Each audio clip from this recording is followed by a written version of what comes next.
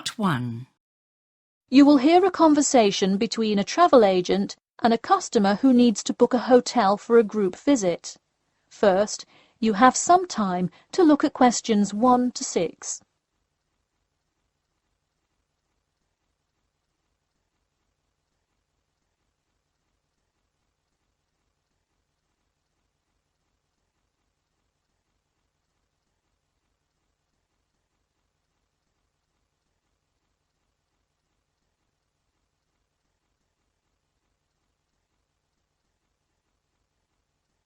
Listen carefully and answer questions 1 to 6.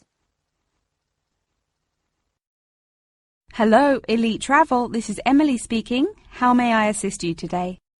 Hi, I have a group visit to plan, and I wonder whether you could help me decide on which hotel to book. I've narrowed it down to either the Winchester, the Royal Hotel, or the Star Hotel. I'm wondering if you have a recommendation. I would be happy to help. Those 3 are excellent choices. If everyone is booking hotel rooms independently, an easy way to do it is online booking. The Star Hotel offers online bookings at no additional charge. It sounds fine.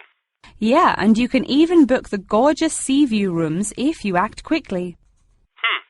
I'll consider that. It would be great since we're mostly first-time visitors to the area to get a nice view of the water. Now, are there handicap-accessible rooms? Yes, all 3 options have access for the physically disabled. Great. I should also mention that we'll be on a tight schedule, so we won't have much time to go out for meals. Which of these hotels serve food? There is a limited continental breakfast menu at the Star and at the Winchester. For a full restaurant and room service, the Royal Hotel is your best bet. Oh, wonderful. Could you tell me more about the restaurant? Absolutely. In the morning, there is a gourmet buffet or a la carte item, and after 11 a.m., lunch is served in the dining room. Dinners are in a nice, low-key but high-quality setting in the hotel's private dining room, and Fridays feature the house jazz band. How lovely. Is there a group discount? No, sorry, not at the Royal Hotel. Let me check on the others, though. Could I place you on hold for just a second? Sure, thanks. It looks like there is one at the Winchester. 15% off when you book 8 or more rooms. Really? Sold. We'll book at the Winchester. Wait, is it suitable for children, though? We'll have a few little ones in our group, and it would be great to have a way to keep them occupied. Yes, in fact it has a play place that kids just love, with slides and swings and everything. Definitely a good hotel to bring the kids. Okay, great. Before you hear the rest of the conversation, you have some time to look at questions 7 to 10.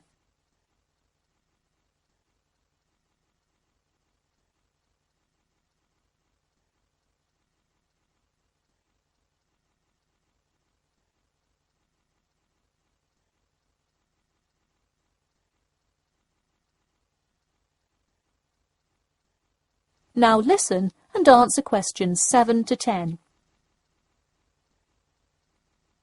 So now I know where we'll be staying. What next? Should I go ahead and book transportation and assign rooms and everything? Well, for now there are only a few things for you to take care of. We will hold a block of rooms for you as soon as you send a deposit. I recommend booking as soon as possible, so you probably want to send the invitations as soon as you know how many rooms to hold. Oh, right. Okay. I'll send the invitations and put down the deposit. Is there anything else I should take care of? Great! And don't worry about this now, but sometime before you arrive, do let us know if you'll be requiring our transport service to and from the airport. I'll make sure to let you know. Does that incur a service charge, or perhaps a tip, or some presents to show our gratitude for the personal car service? Oh, don't worry about it. It is a free service, so if you would like to tip, you are welcome to do so. But hotel drivers do not accept gifts. Thanks for your help. My pleasure. Enjoy your stay at the Winchester. That is the end of Part 1. You now have half a minute to check your answers.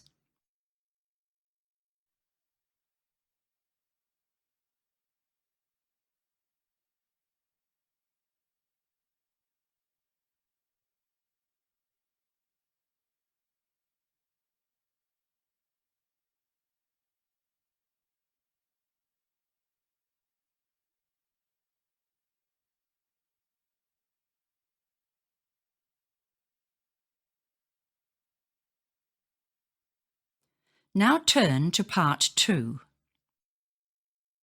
Part 2. You will hear a talk about the 11th Annual Durham County Car Exhibition. First, you have some time to look at questions 11 to 16.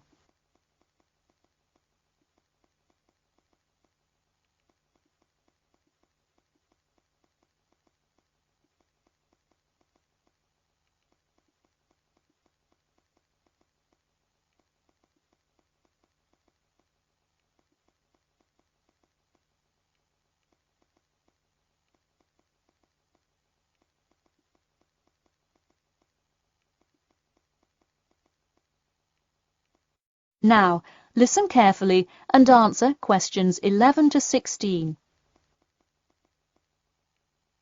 Ladies and gentlemen of Durham, start your engines. Skip Gordon here, inviting you to the 11th Annual Durham County Car Exhibition. That's right, it's that time of year again. Mark your calendars. The pre-opening event kicks off on the 18th, and the exhibition officially opens to the public on Saturday, March the 19th. Take it from me, you won't want to miss Durham's most attended public event of the year 5 times running. You don't have to be a motorhead to appreciate the finest cars, both new and old, in existence today, but it helps.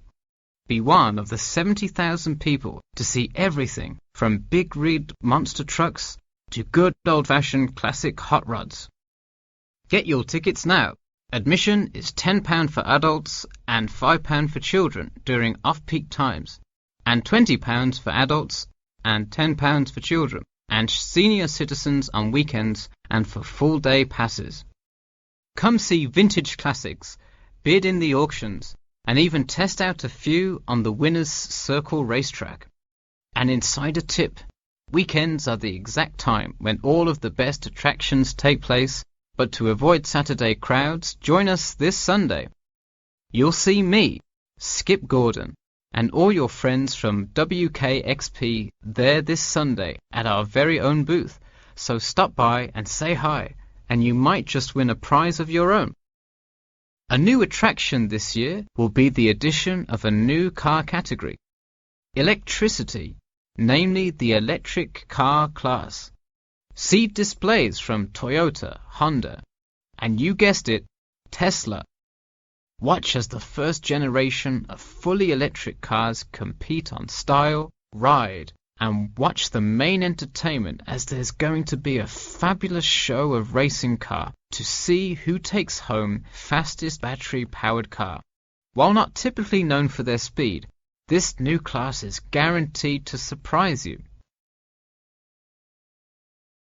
Before you hear the rest of the talk, you have some time to look at questions 17 to 20.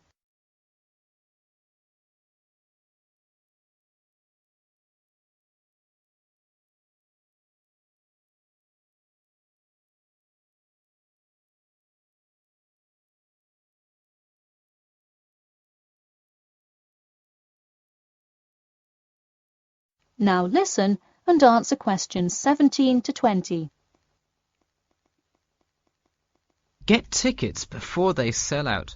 Last year's tickets sold out fast, so we upped the attendance this year. That's right, more seats. But don't wait. Act now and save.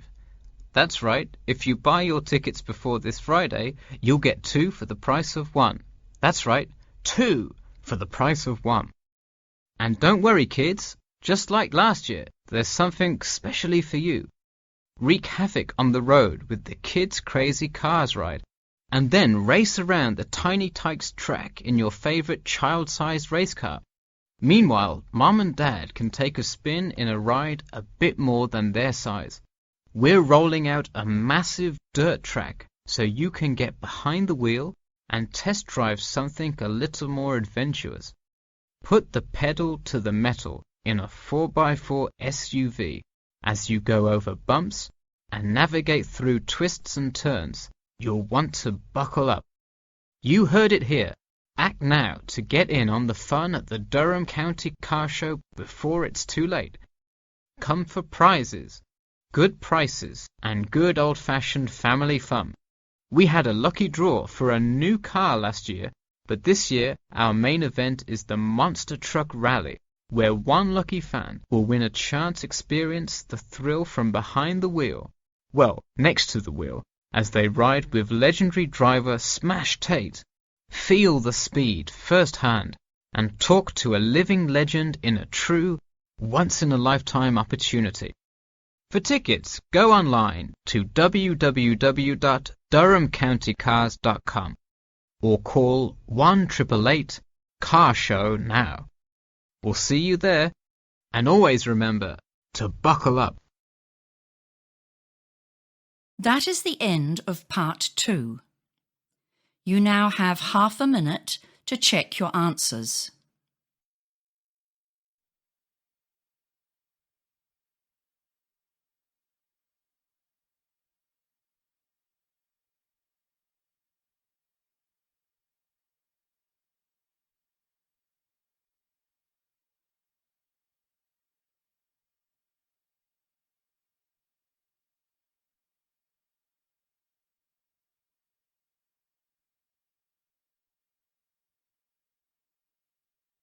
Now turn to part 3.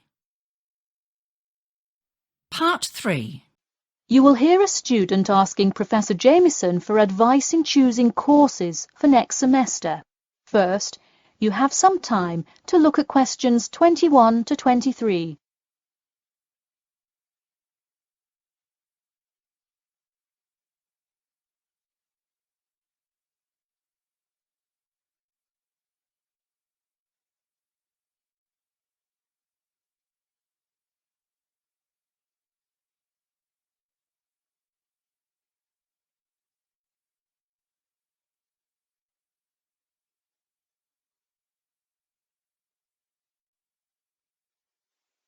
Now, listen carefully and answer questions 21 to 23. Hi, Professor Jameson. I was hoping we could talk this week about choosing courses for next semester. That sounds great. Any idea yet, or what you'd like to take? Well, I was hoping you could kind of tell me. There are so many to choose from. I don't even know where to start. Sure. Well, first things first. Do you know what you will major in? It's important to take courses that are relevant to your career path. Well, I think I want to major in biology. I want to go to medical school, so it seems like it would make sense. I agree. If you like biology, it's definitely a good idea to focus on that, since so many of the requirements overlap. Okay, so I should take a few biology classes then? Yes, let's start there. You should pick 1 or 2 biology classes. Not just any biology classes, though. If possible, read online or talk to senior fellows and find out about the structure of the courses. You don't want to end up signing up for 2 classes that require labs in the same semester. You'll spend so much time in the biology department that you won't see the light of day. All right, good idea. I heard labs can be as long as 4 hours. That's true. And another thing, make sure the topic is either relevant to your major or something you're interested in learning about. It sounds obvious, but do not just take a class because you heard it was easy or because it does not require attendance. Of course not, though it would be really nice to have at least one class that's a little bit less rigorous than the ones I'm taking this semester. I barely sleep as it is with all this studying. That may have more to do with your study habits, though I don't disagree that your schedule is really difficult this semester. Before you hear the rest of the talk, you have some time to look at questions 24 to 30.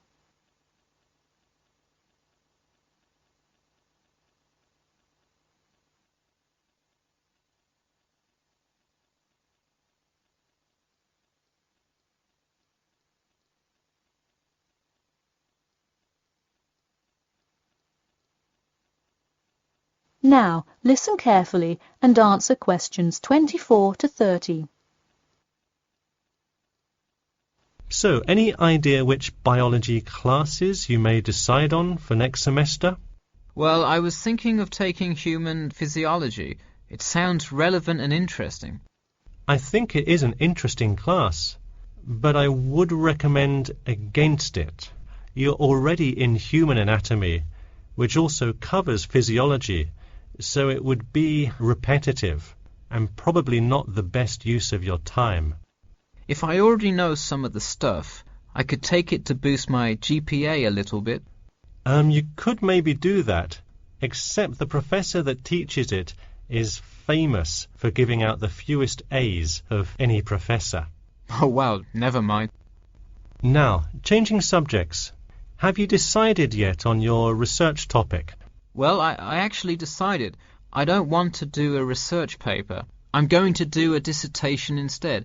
I think I will much more enjoy coming up with a thesis and finding all the details to support it. I see. Didn't you already do some of the research, though? What happened to that?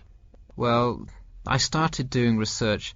Then the more data I collected, the more complicated things got. I realized I would have to take a lot more steps to randomize the sample, and then I realized I would need to control for more factors. I see. What kind of data collection did you do? I interviewed employees at the water treatment facility after Professor Dickinson recommended it. I understand. Well, the research paper could be much more outside work, but it may be worth it if that is what you're interested in. No, I am a lot happier just doing the dissertation. That's fine with me. Just remember, you need to finish your first draft and send it in soon. It's already the middle of February. Oh, wow, it is, isn't it? I just have to finish it by the end of March, right? Yep, but don't forget, the date will really sneak up on you. Okay, I'll make sure to set reminders in my calendar. And who do I talk to about registering my dissertation? You should go to the department office and then talk to the secretary. I thought I needed to talk to the department head. Not for registering. If you need help developing your dissertation, that's when you should go to the department head. I see. And who would I see about getting access to the database of past research on my topic? That you can find in the computer lab, specifically in the office. You'll have to ask a lab technician to give you access. Okay. Well, I'll go ahead and get started on that then. Thanks. That is the end of part 3. You now have half a minute to check your answers.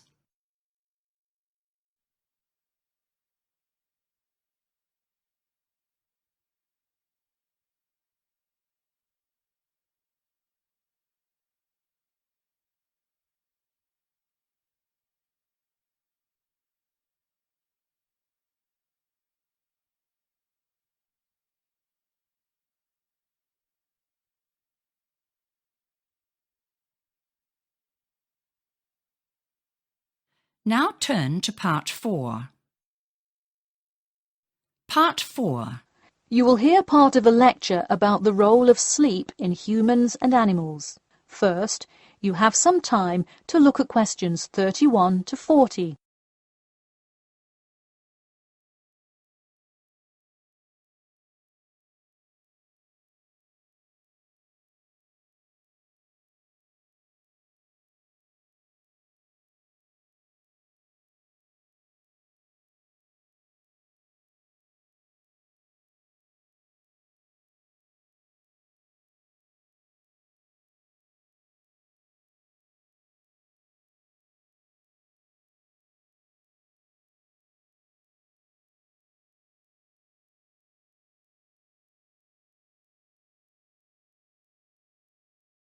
Now, listen carefully and answer questions 31 to 40. Good morning, everyone. In today's lecture, I'm going to talk about the role of sleep in humans and animals. Of all the biological processes in the animal kingdom, sleep is perhaps the most important. A human can survive for almost 2 weeks without eating, but did you know that 1 week without sleep can be fatal? It's even worse for animals, especially for those who must avoid predators. Without sleep, an animal is much less capable of avoiding an attack. This is the case for all animals, whether they are reptiles, mammals, or fish. Let us look now at how different animals sleep, reasons for their ways of rest, and the potential problems they might encounter. In marine life, sleep must be balanced with breathing. For example, the dolphin must float to the surface as it sleeps in order to breathe. Like other large sea mammals, they keep one eye open and one half of the brain awake at all times to maintain some amount of consciousness required to breathe and to watch out for possible threats. They sleep with only one brain hemisphere in slow-wave sleep. Birds also have unusual sleeping patterns, mostly due to being constantly on edge in the presence of numerous predators. They usually sleep quite lightly. For example, Swainson's thrush, also called olive-backed thrush, is a medium-sized thrush that takes hundreds of naps during the day, each of which lasts just a few seconds. While migrating, migratory birds tend to function well on micronaps. Horses, on the other hand, do most of their sleeping standing up. Scientists think that horses developed their habit of sleeping upright as a defense mechanism, a way of protecting themselves against predators, and a standing position keeps a horse in a constant state of readiness to race away if danger should approach. Also, horses do occasionally take short naps lying down. Horses are heavy animals with big muscles, but their bones are surprisingly delicate, so lying in one position for a long time could well injure a horse. Just like humans, animals can also have sleeping problems. Dr. John Hendricks and Adrian Morrison from the School of Veterinary Medicine, University of Pennsylvania in Philadelphia, determined that certain diseases were primarily associated with the sleep states in animals. In their research, they emphasized that because so much in this area still remains unclear, animal models were very important for studies of sleep disorders. The physiology of sleep in animals is similar to that of humans.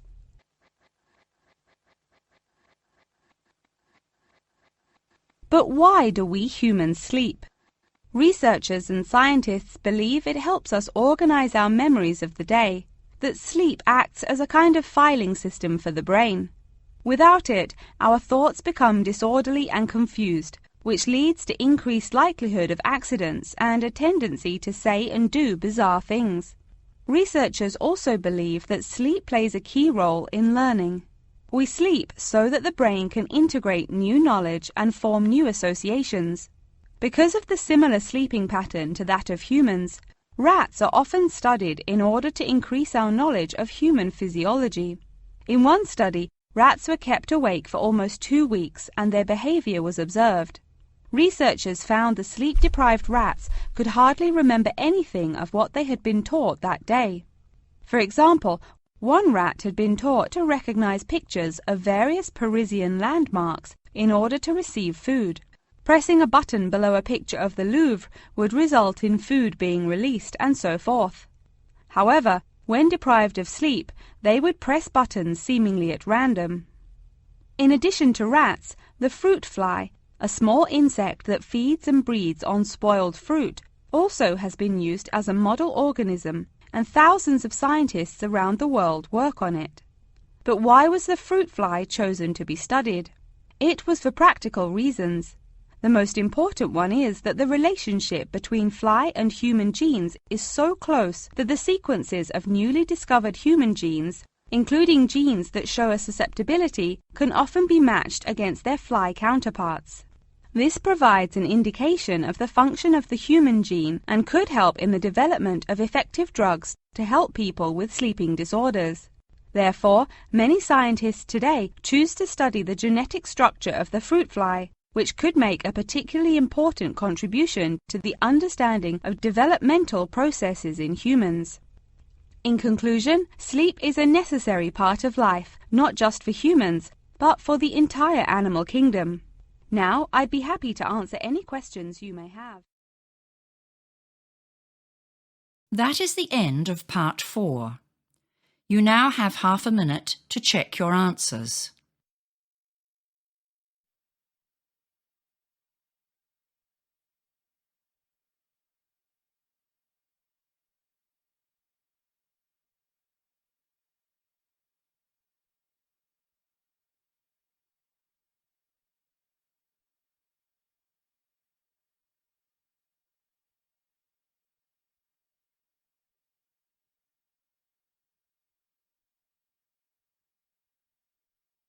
That is the end of the listening test. You now have 10 minutes to transfer your answers.